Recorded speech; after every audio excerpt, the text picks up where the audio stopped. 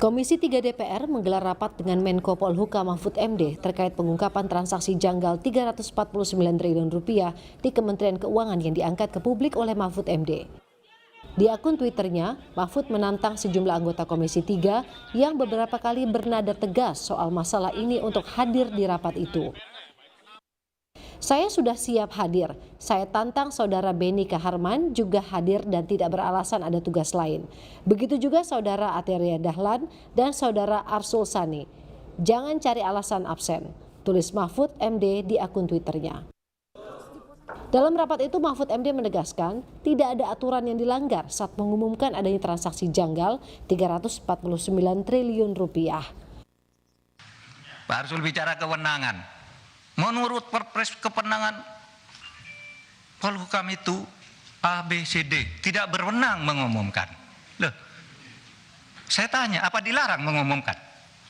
Kalau tidak berwenang, apa dilarang? Kalau di dalam hukum itu sesuatu yang tidak dilarang itu boleh dilakukan.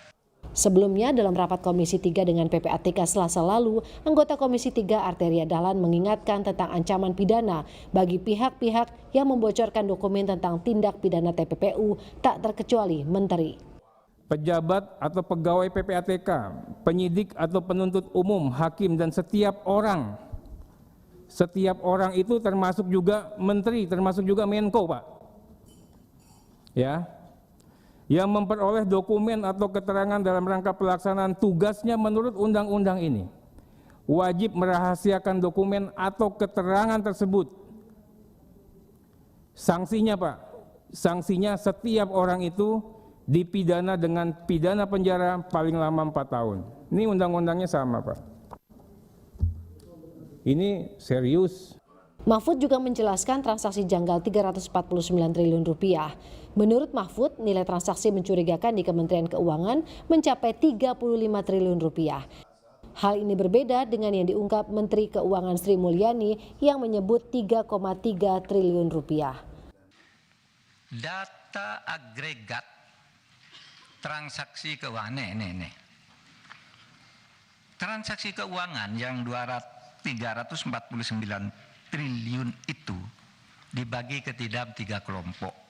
Satu, transaksi keuangan mencurigakan di pegawai Kementerian Keuangan. Kemarin Ibu Sri Mulyani di Komisi 11 menyebut hanya 3 triliun. Yang benar 35 triliun. Sebelumnya Sri Mulyani menjelaskan transaksi yang melibatkan Kementerian Keuangan nilainya Rp22 triliun. Dari nilai tersebut yang benar-benar melibatkan pegawai Kementerian Keuangan hanya Rp3,3 triliun. Bahkan 22 triliun ini Bapak dan Ibu sekalian, 18,7 triliun itu juga menyangkut transaksi korporasi yang nggak ada hubungan dengan Kementerian Keuangan. Nanti kami akan lihat beberapa contohnya supaya. Jadi yang benar-benar nanti berhubungan dengan pegawai Kementerian Keuangan itu 3,3 triliun. Mendengar keterangan Mahfud, anggota Komisi 3 DPR, Beni Kaharman meminta agar DPR membentuk pansus dan memanggil Sri Mulyani. Sementara anggota Komisi 3 DPR, Misbahun curiga Menteri Keuangan tidak memberikan informasi yang benar. Kalau yang diumumkan oleh Pak Mahfud adalah 349 di lingkungan Kemenkeu, Bea Cukai dan Pajak. Tidak ada tempat lain di situ. Kalau tadi Bapak katakan belum tentu korupsi, ya, lupakanlah itu. Tapi TPPU di sana kalau itu terjadi luar biasa, Bapak. 349 triliun, 359 triliun. Uang besar sekali kita ini. Kalau memang itu terjadi, saya rasa panggil Sri Mulyani. Kalau bisa bentuk pansus lebih pas lagi. Karena apa, Pak? Kalau Bapak menyampaikan itu tidak benar. Karena kami juga mempunyai kecurigaan.